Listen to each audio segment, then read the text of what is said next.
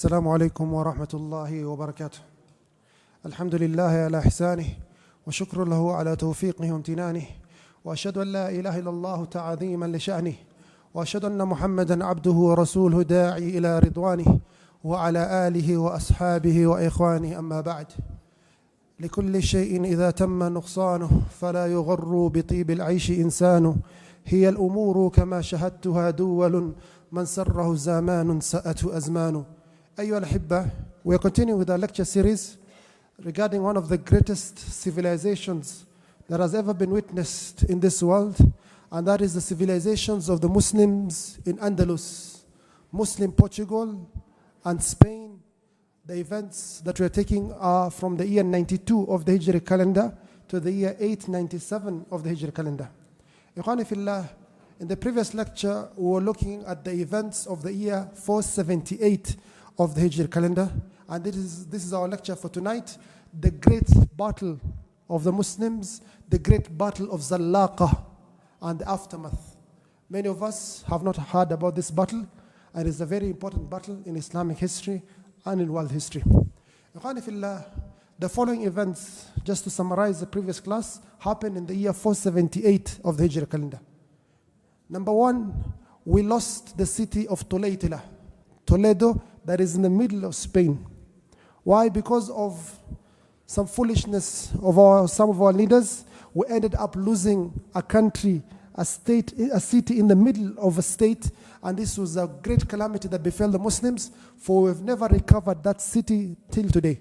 We lost the city of Toledo in the year 478 of the Hijri calendar.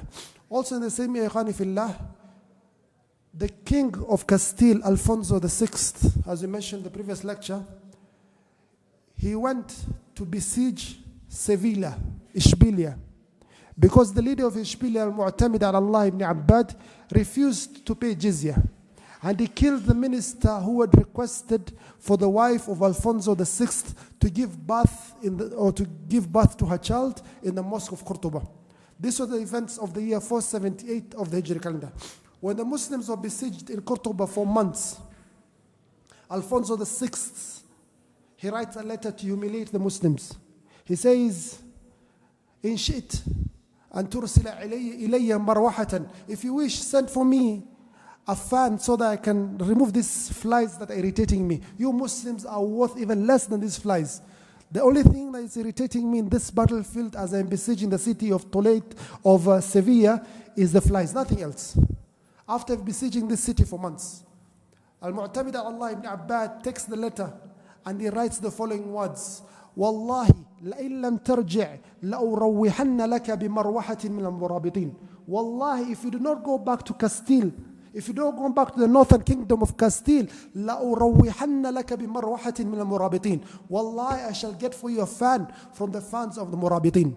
When Alfonso VI heard this word, Al-Murabitun, he has besieged the city. He feels that any time he can take it over. But when he read this word, he immediately called his commanders, his soldiers, told them, "Let us go back to Castile. Let us go back to Toledo." This word caused so much fear and so much anguish in his heart. The Prophet ﷺ, he says in authentic hadith, "Nusirtu birru'bi masirata shahr," that we Muslims have been given victory of fear the distance of a month's journey. So went back. So the Muslims of Spain, they understood that any time we're going to lose Andalus, any time this Andalus is going to be taken away from us. So they decided also in the year 478 of the Hijri calendar to have a conference, a meeting, all the leaders of Andalus to come, Muslim leaders, brothers, ulama, scholars, elders. Let us meet in Cordoba and discuss the affairs of Andalus. We are going to lose Andalus anytime. So the leaders, they gathered, the ulama, they gathered.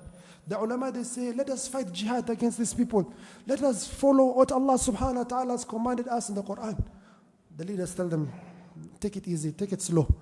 Others, they say, let us go to North Africa and seek help from our brothers, the Murabitun, our Muslim brothers, to assist us to fight this Nasara, these enemies of Allah.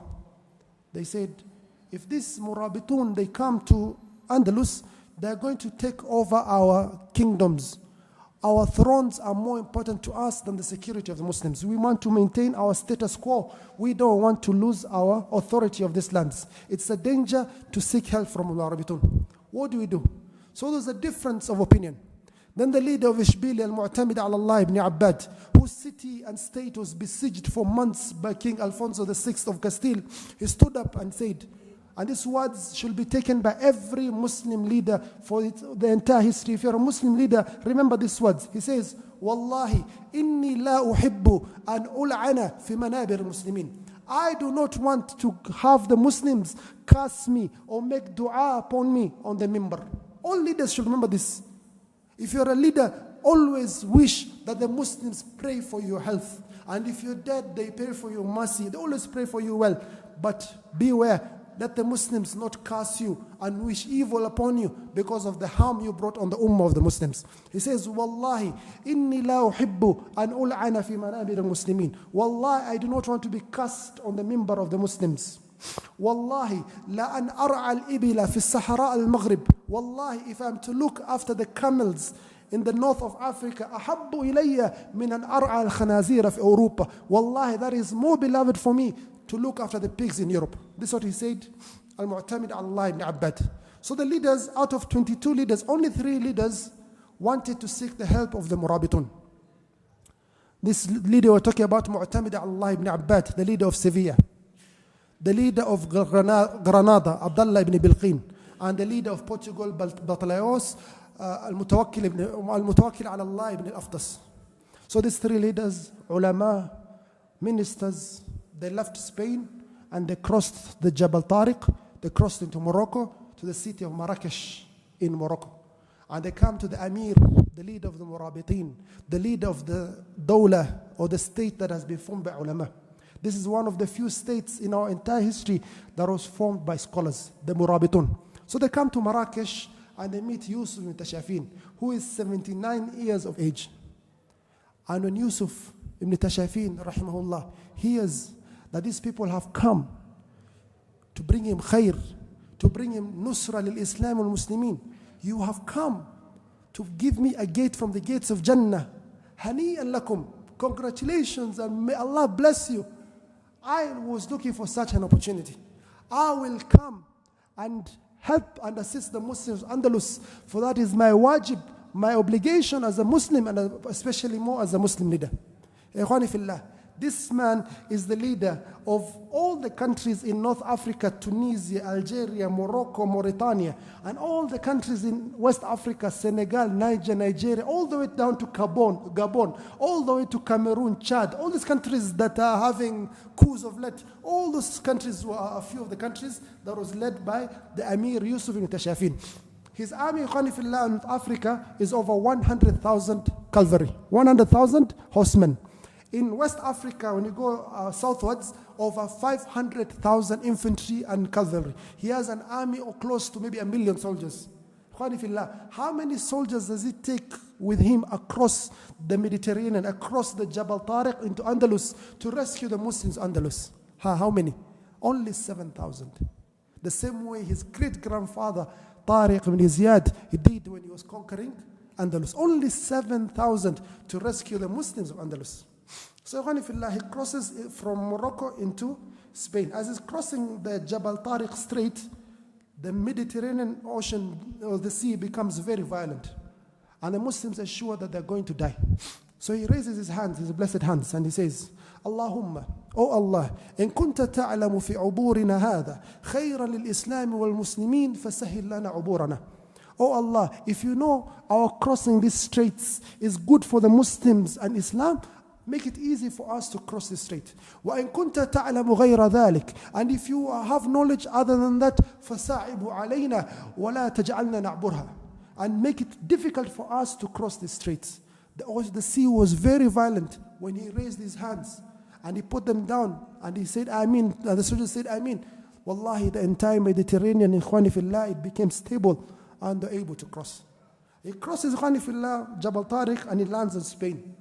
The people are waiting for him. The Fatihun, the heroes of Islam, have arrived. What does he do? He looks at the Muslims and he's raising his hand, the signs. No. Ikhwani fillah, he makes sujood shukr. So he makes sujood shukr. He thanks Allah subhanahu wa ta'ala, and makkanahu. Allah subhanahu wa ta'ala has given him this chance to give izzah lil Islam wal Muslimin. He has given him this chance of gaining victory on this dunya and victory in akhirah. He has given him a chance to seek shahada fi sabilillah. So he enters Andalus, 7,000.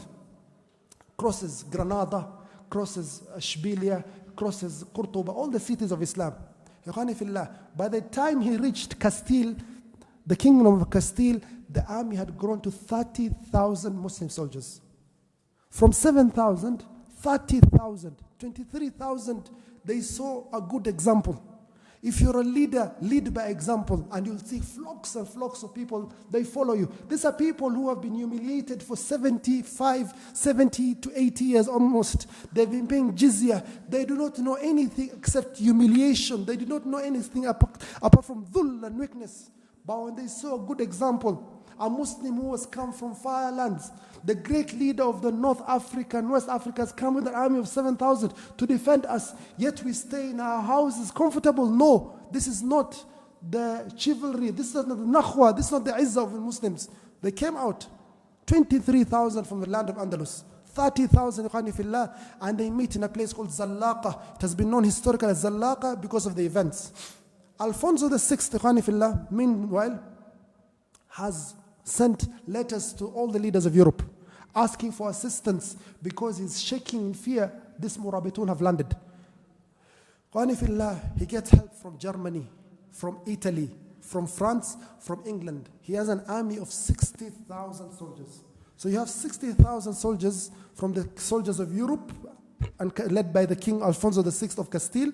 They have been given a certificate of entering paradise by the Pope.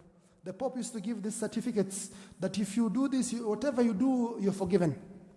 And this is what they use later on. If we get time to look at the Crusades, they were given this certificate of I don't know the exact name, but it was like they are forgiven and Allah's mercy is guaranteed for them. The Pope is the representative of Allah according to them. Ta'ala Allahu amma yaqulun. So the army, 60,000 of Castile meeting this army of the Muslims, 30,000 in the year 479 of the Hijri calendar. Yusuf ibn Tashafin, before the battle, he gets news from North Africa. His son, his eldest son, has passed away. There's no crown prince in Morocco, all those lands, North Africa, there's no one. So he sends one of his ministers to go back. He does not leave the battlefield. I have to go back and look after what I have. I don't follow something new. I have come here for a purpose. Even if my son is dead, my minister can go back. I have come here to fulfill a purpose, and that is to rescue the Muslims. So his son has died. He's come with his minister of war, Dawood ibn Aisha. His minister of war is with him. He's brought his best army. 7,000 of his the best, including the defense minister. So he writes a letter, ikhwani fillah, to Alfonso VI. Look at the izzah of Islam and the glory of the Muslims. He says, O Alfonso VI, it has reached us that you wished to have ships so that you could cross into Morocco and attack us. We have made your work easier. We have come to you. You don't need a ship. We're here right now. I give you 3 options. Option number 1, Al-Islam. Be a Muslim. Say La ilaha illallah and you become our fellow brother. Enter the deen of Allah Azza wa Jal. The same options Prophet Muhammad and the Sahaba used to give. Option number 2, give jizya. Pay the tax that is due upon you as non-Muslims. The Muslims pay zakah, you guys have to pay jizya. وَأَنْتَ صَاغِرْ, and you are humiliated. That is the second condition.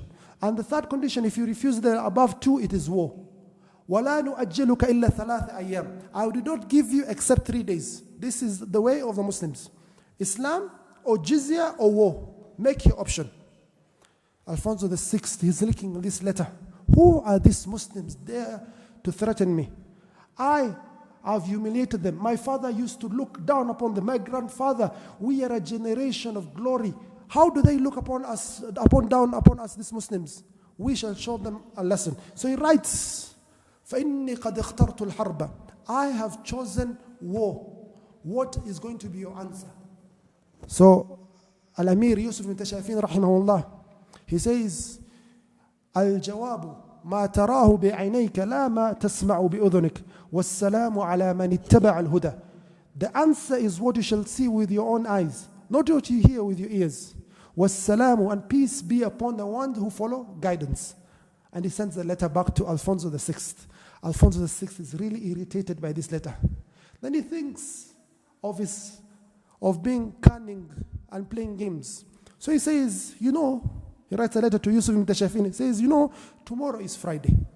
And Friday is the day of worship of the Muslims. And we respect the day of worship of the Muslims. So we're not going to fight on Friday. Saturday is for the Jews. And many of our army are Jews. We don't want to fight on Saturday. Sunday is our day of worship as Christians. Let us not fight on Sunday. Let us fight on Monday. He writes this letter to Yusuf ibn Tashafin. Yusuf ibn Tashafin looks at this letter. He just laughs and smiles to himself and he hides it. He knows this is just nonsense and games that this man is playing, because they never keep their word. This is one thing you have to know in our entire history. Even the events right now, if you watch the news every day, current events, you 100% sure right now, these people, they do not keep their words. أو كلما عاهدوا عهدا نبذه فريق منهم. They always break their words. إنهم لا أيمان لهم إنهم لا عهد لهم. Allah subhanahu wa ta'ala has told us in the Quran many times. They do not keep their covenant. They do not keep their promise. They do not keep their treaties. They don't stick to the word that you sign upon them. So he hides this. And he prepares his army Thursday night. The army is 30,000. So he says, I'm going to divide this army into into two parts. 15,000 are going to be fighting in the early morning. Al-Mu'tamid al-Allah ibn Abbad, the leader of Sevilla, he says, let me be the leader of these 15,000. I want to be at the front. We have been humiliated as people of Andalus. Let me be the first one to fight Alfonso VI and his army. So 15,000 in front. Then the second 15,000, he divides Yusuf ibn Tashafin again. 11,000, he hides them behind a hill. I hope you're together. 15,000 is the first army. The second army is 11,000. He hides them behind a hill. Then a third army far away hidden, 4,000, from the soldiers of Sudan, the spearmen of Sudan, the most brave and the courageous of the army of the Murabitun. So 15,000, 11,000, and 4,000. This is how he splits the army. And they sleep at night, and they make their prayers, Qiyamul Layl, and they make their final du'as, for they know tomorrow is perhaps our final day in this world. At night, Ikhwani Fillah, one of the scholars, Ibn Rumayla, from the city of Qurtuba, one of the scholars on Maliki, sleeps, and he sees the Prophet Muhammad sallallahu alayhi wasallam in a dream. The Prophet alayhi salatu wasalam says to this scholar, Ya Ibn Rumayla, innakum mansurun wa innaka mulaqina. Oh Ibn Rumayla, wallahi you guys are going to be victorious, and you shall meet us tomorrow. This is what the Prophet ﷺ says to Ibn Rumayla in a dream. Ibn Rumayla, he wakes up and he cannot control himself. He goes to the Amir Yusuf ibn Tashafin, wakes him up. He wakes up the Amir of Ishbiliya, Al-Mu'tamid al-Allah ibn Abbad. He wakes up the Amir of Granada, Abdullah ibn Bilqin. He wakes up the Amir of Batlayos, Al-Mutawakkil al-Allah ibn Aftas. And he gives them this news. Yusuf ibn Tashafin is so glad. He wakes up the entire army. Come, listen to what the Imam Ibn Rumayla, Ikhwani Fillah. The scholars were not only scholars of the mosque. They used to be participating in action where action is required. Look at the biography of Shaykh al-Islam ibn Taymiyyah. Look at the biography of Abdullah ibn Mubarak al-Marwazi. Look at the Sahaba, Ibn Abbas, Ibn Umar, Mu'adh ibn Jabal, all Ali ibn Abi Talib. You'll find them though at the front line when it comes to defending the Muslims. Listen to what Ibn Rumayla wants to say. Ibn Rumayla says, I saw the Prophet Muhammad sallallahu alayhi wasallam with his description as described in the Sunnah. And the Prophet alayhi salatu wasalam, the shaitan cannot take his likes. The Prophet alayhi salatu wasalam, he told me in the dream, Ya Ibn Rumayla, innakum mansurun, you shall be victorious, O Muslims, wa innaka mulaqina, and you shall be with us tomorrow. The Muslims, they experienced ladha, sweetness of Iman that they have not experienced in their entire lives. The Prophet ﷺ, yadhkurna. The Prophet ﷺ is mentioning us, is talking about us. This is a battle the Prophet ﷺ is following close when he is in Jannah. So Amir Yusuf Tashafin tells the entire army, all of you read Surah Al-Anfal. Take the Quran and start reading يَسْأَلُونَكَ عَنِ الْأَنفَالِ. Read, recite from Surah Al-Anfal. And he commands the khutaba, the ulama, the du'at, go around, وَحَفِّزِ الْمُؤْمِنِينَ عَرِّضِ الْمُؤْمِنِينَ عَلَى الْقِتَالِ. give them that motivation and that morale that they shall be able to fight in the morning. So the morning comes, and Alfonso VI, he thinks the Muslims are dumb. The Muslims are not smart. Friday morning, he says, Friday is the day of Muslims, I don't attack. Saturday, the Jews, I don't attack. Sunday, Christians, I don't attack. Monday, we'll fight. Friday morning, after Salat al-Fajr, he comes with his army, I've got these Muslims. No, the Muslims are already prepared.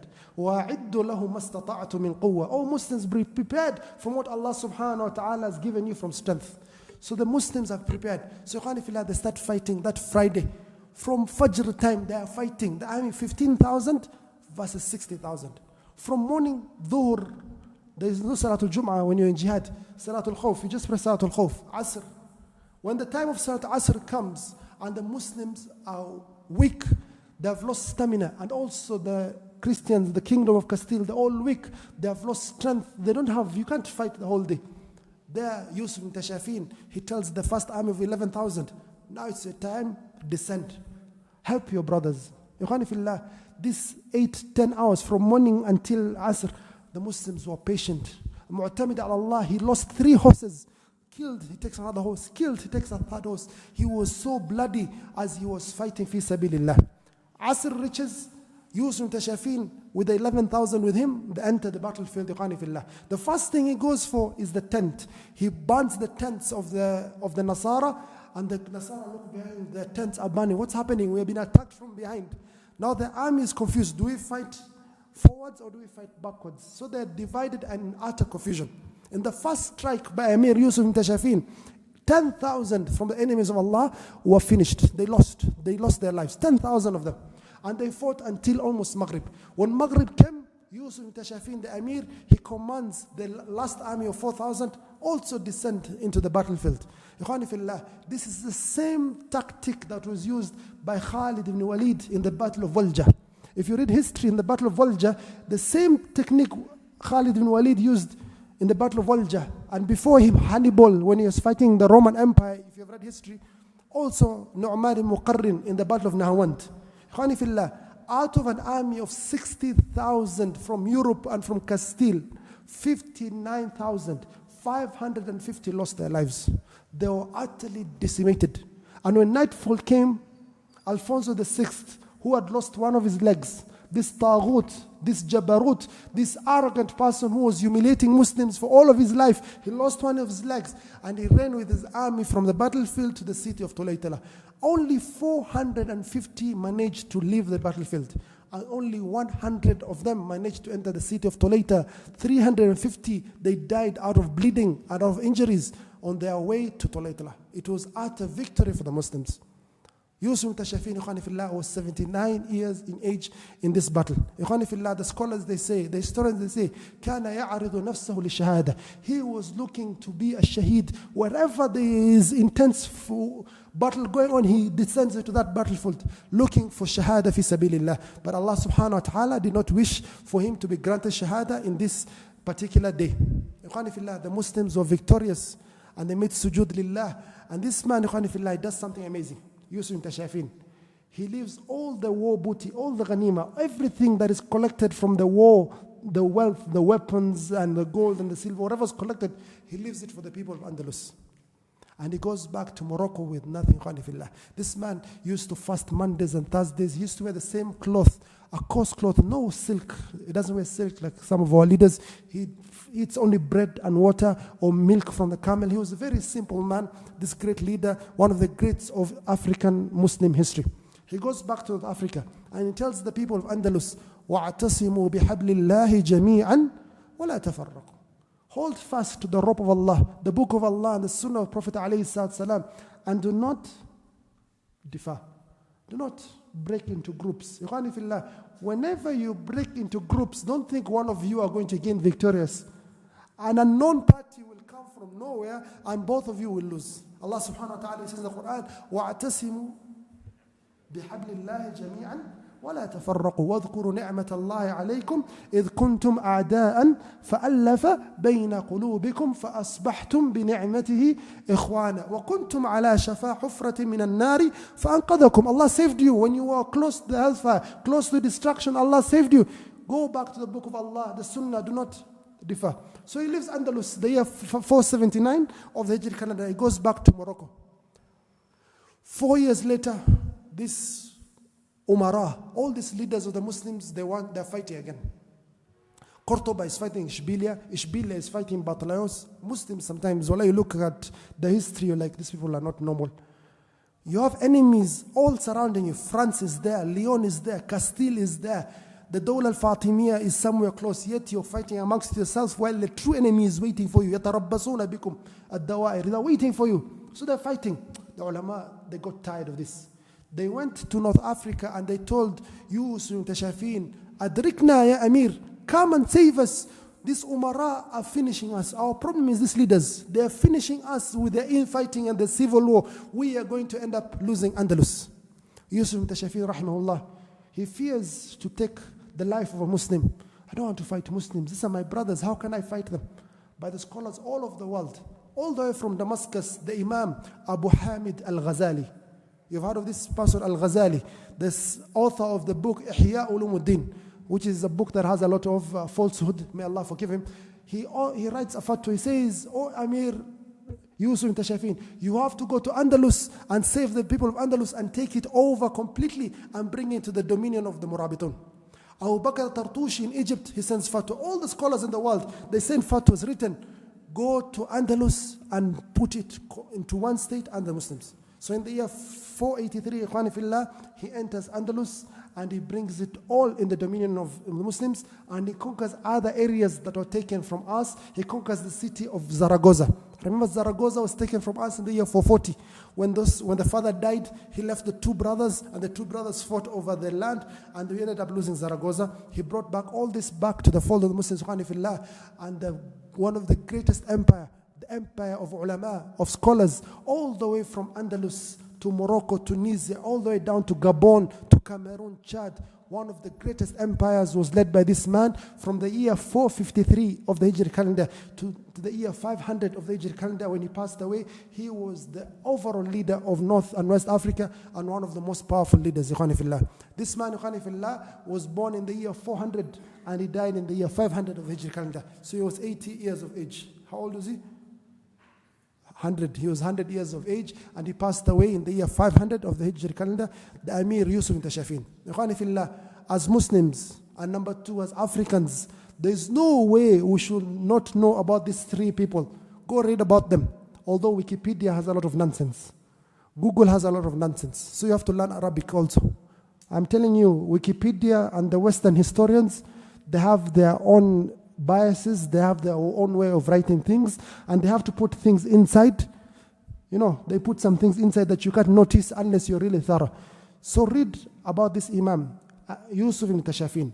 Read about Abu Bakr ibn Umar al-Antuni. For every single person in West Africa that worships Allah subhanahu wa ta'ala, they became Muslim, their forefathers became Muslim because of this man, Abu Bakr ibn Umar al-Antuni. And before him, Sheikh Abdullah ibn Yasin al-Jazuli. Ikhwani Fillah, this is the correct way for us as Muslims to gain victory and to form a state of power again. The same way Prophet ﷺ did in the city of Medina. He came to Medina after Hijrah. That is when our calendar began, and he started teaching the Muslims well, giving them excellent tarbiyah, the Muhajirun al-Ansar, and they formed one empire that has never been seen. The same way the Murabitun, Abdullah ibn Yasin al-Jazuli, and also the same way Sheikh Muhammad ibn Abdul Wahhab did in Dir'iyah with the Saudis, and that is the correct way of forming a state of power and glory for the Muslims.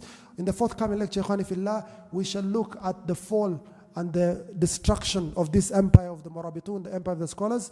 This is our forthcoming lecture tomorrow night. Wa akhiru da'wana alhamdulillah rabbil alameen. Wassalamu alaikum wa rahmatullahi wa barakatuh.